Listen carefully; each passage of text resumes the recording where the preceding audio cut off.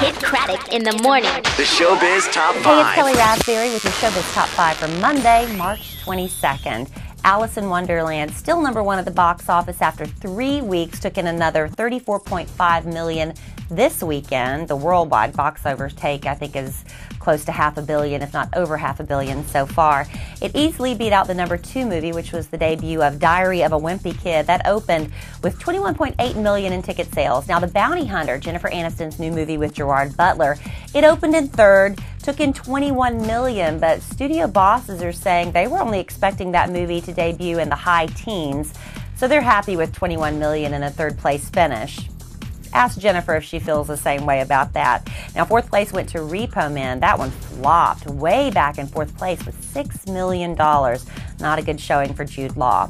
Now, the 5th Real Housewives series on Bravo is going to take place in Beverly Hills this time, and E! has released just a few of the names of the women who are taking part. 2 of them are sisters, Kim and Kyle Richards, who happen to be the younger sisters of Kathy Hilton, which makes them Paris Hilton's aunt, so that might be interesting there. Adrienne Malouf Nassif.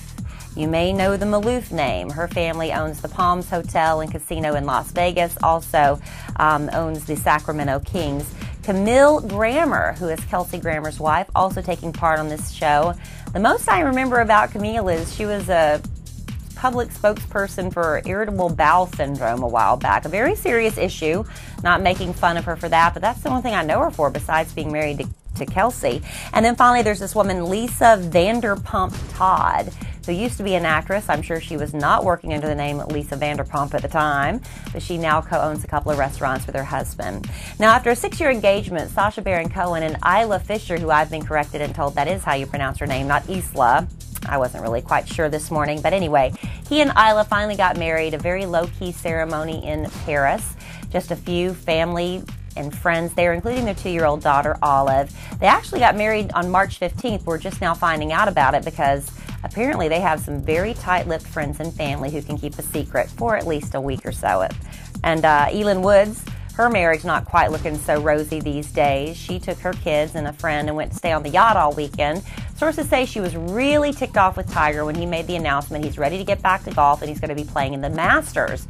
So a source says she kind of pouted and stewed about that for a week and then took the kids and went to the yacht, where they stayed docked for the weekend, and then she went back home to her rental, not the house they shared. There's some media outlets reporting that Elin has been staying in the couple's home together, even though they don't sleep together.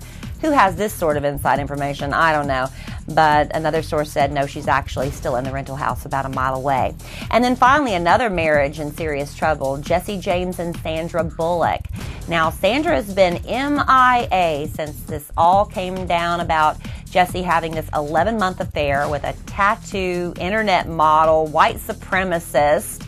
It goes from bad to worse for Jesse because now we hear there's a photo being shopped around that's about to be released very soon to the highest bidder, showing Jesse giving a Nazi salute, much like the photographs of this woman who goes by the nickname Bombshell. That's the thing about, I was talking about on the air several times. It's one thing if your husband cheats on you, but to cheat on you with someone that looks like that, wouldn't you feel a little bit better about it if he cheated up instead of cheating way down the ladder right there? But anyway, apparently Jesse had this 11-month affair while Sandra was on location filming The Blind Side, the movie that just won her an Oscar, which, she just won that Oscar about a week before this news broke. And then Sandra had to cancel a PR trip, the world premiere, well, not the world premiere, the British premiere of The Blind Side. She bowed out of that due to this unfortunate circumstance. There is rumor that Sandra is holed up at her place in Austin. But the people of Austin are very kind and protective of Sandra, and so if she's there, they're not talking either. Meantime, Jesse has released a statement saying that a lot of what's being said didn't happen. There's a lot of mistruths being printed, but he is sorry and he does take the blame for what has happened, and he hopes that his wife and children can forgive him one day. And that is your Showbiz Top 5 for Monday.